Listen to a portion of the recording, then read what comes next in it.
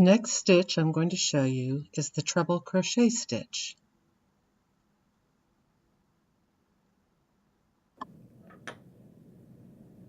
When we do this stitch from the foundation row, we need to skip 3 chains to achieve the correct height. Right, so 1, 2, 3. To do this stitch, we yarn over, insert our hook down into the chain, and pull up a loop. We now have 3 loops on the hook. We yarn over, pull through 2 loops, yarn over, pull through 2 loops. All right.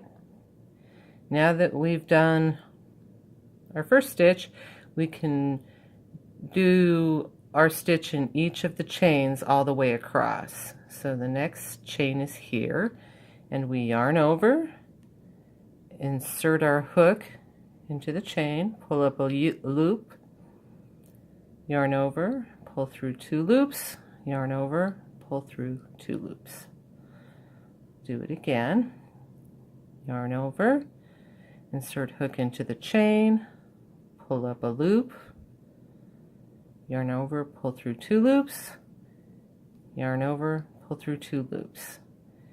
And I want you to do this all the way across because we need to talk about our chains at the end of the row again because it's going to be slightly different for this stitch.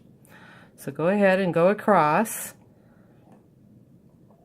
and we'll do our chain 3 at the end of the row.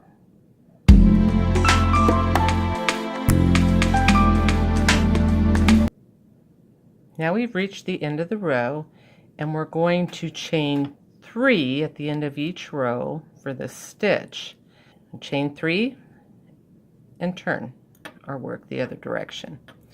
The difference with the treble crochet is that this chain 3 counts as the first stitch. So we would count that as a treble crochet coming out of this first stitch here. So we'll do our next stitch in the second one, and that counts as our second stitch in the row. So when we come back across, we have to remember that this is a stitch, and we'll do our last stitch in the top of this chain 3. We'll be treating it just like it's a treble crochet.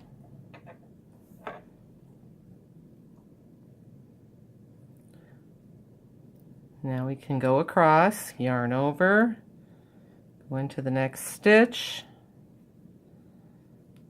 yarn over, pull through 2, yarn over, pull through 2. And we'll go all the way across, and we'll remember when we get to the end of the row that we're going to do our last stitch in the chain 3 of the row below. I'll show you that when we get to that point.